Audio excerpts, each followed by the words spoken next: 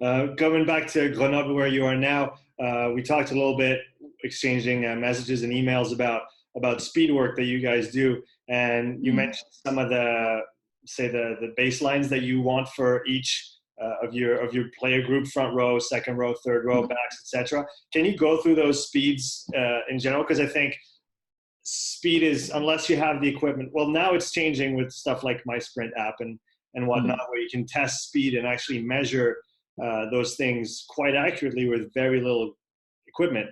Whereas before you needed a radar gun or you needed a 1080 or stuff like that. But I feel like there's still it's still a very gray area for people that are not involved in high level sports because it's hard to measure speed. So can you give an idea at the pro level in France, what levels of speed are you expecting from your different players? Yeah, definitely. I mean, I'll just first off lead in by saying it all depends. Like, man, we have some props that can probably run close to 9. We have some back rows who can run over well over 9. But I guess we're looking for at least a minimum. If I'm going to put numbers out there, like I did, I'd say like for our front row, like minimum, we're looking for 8.5 meters per second. Like we've got, at the end of the day, like our props aren't meant to be there for speed. Like they're meant to be like for scrumming, like especially in the préparateur. A préparateur is it's a front row, so fucking forwards, it's scrums, it's breakdowns, it's not very attractive rugby. So, but our forwards are like our props are around 8.5 meters per second. We have some that can push up to 8.9 meters per second.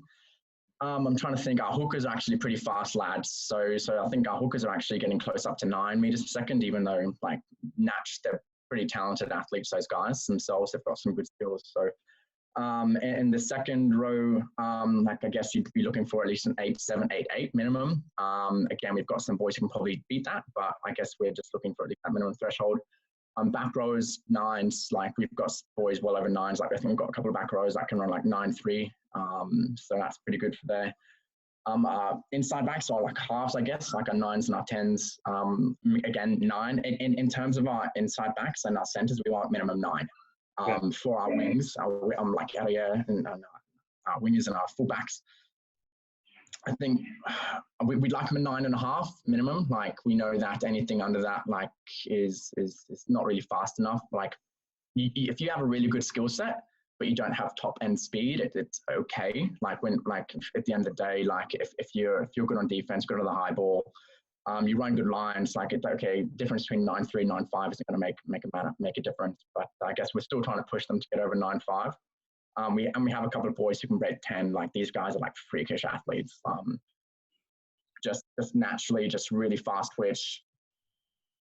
One guy is like really good shapes. Like he's tall, he's lanky, and he looks really good. And the other guy just like looks like he's just muscling it. Like he's just so aggressive. So one guy's like really smooth looking. The other one's just like really muscly. So like you can, yeah. So those boys are pretty good athletic wise. So like we put them on the 1080. We use our 1080 a couple times a week within the actual gym session itself, and also on a field session. So the 1080.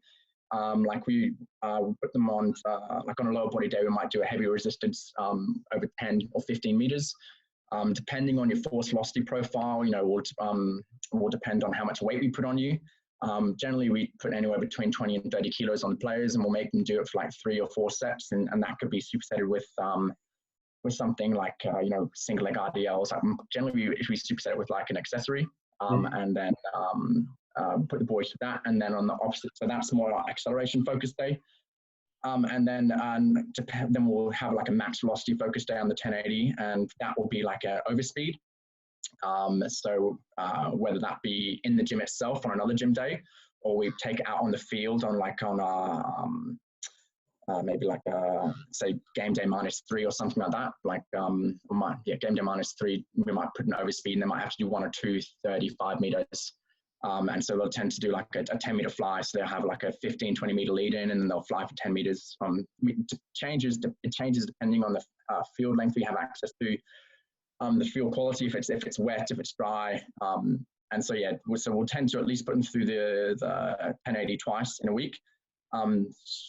Again, it all depends on the player. Like some players are old and we don't see benefit or risk. We don't risk putting them on an overspeed. What we might do is you might just be like, okay, you just run through the timing gates on a 10 meter fly. So if we have some backs that we'll put them through overspeed, generally our forwards, a tight 5 will more likely put them through some gates, but the rest of the boys will overspeed. But like, it's difficult to say we do this or we do that, because it all depends on factors of that week. Like, again, if the boys are feeling, if they haven't had high speed exposure recently, and we're going to overspeed them and it will just spike them really quickly, we'll just be like, nah, you go through gates and next week we'll overspeed, because obviously we want to like progress it slowly. We're not going to be like, hey, look, last week you only hit 85% of max velocity, max speed. We're not going to fucking overspeed you 110 this week. So we'll be like, okay, we'll do gates this week and next week we'll do overspeed. So and that's where it's the conversations with the prepper coaches as well. Like, Ben's really good at keeping all that data, and we know where the players are at that week. We know, like, okay, last week you did 220 meters of speed, so this week we're going to just give him one extra rep. So it's a good environment, and it's a bit challenging at times to remember who's done what, but Ben's pretty good at keeping hold of that. No, that's good. That's good information. Can you, off the top of your head, if you have those numbers and without going into too much detail, can you talk about what speeds the guys will actually hit in the game, and how it's rare that guys actually hit their absolute top speed in a game? Yeah. How important it is on the back end to train that top speed in training so that they're exposed to it. Yeah, definitely. So, I mean, it's quite surprising for those, I guess, who haven't seen it, but like in trainings and in games, like, players will very rarely hit above 90% of the max velocity. Like we'll have guys who score tries, and I'm like, man, that looks so fucking fast. And then I'll go back and look at their GPS. I'm like, but that was only a 9.3, and this guy runs a 9.8. Like, I'm like, shit. Like, he was still half a meter per second off his top speed.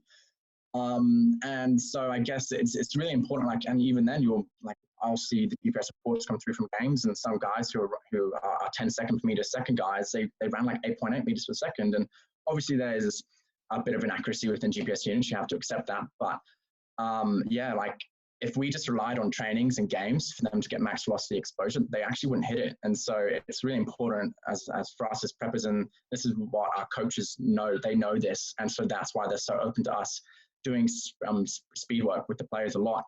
And they know the risk involved in it. Like we haven't had too bad hammy injuries this year. Like, we've had a couple of little grade 1s and stuff like that. Keep a couple of boys out for a couple of weeks. But in terms of like the payoff, like, it's like a vaccine shot. Like, if we don't do speed, the coaches know that, like, we're going to get more injuries, and so they're very open to us working really hard on the speed aspect.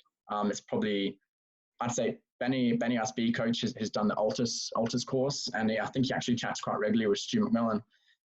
It's pretty turned on. Like Benny, our prepper, I think he's a 9. I think running he's like a 9.7 himself, and then I think he did an overspeed on the 1080 in his 10. So he's a really quick bloke himself. So he loves speed.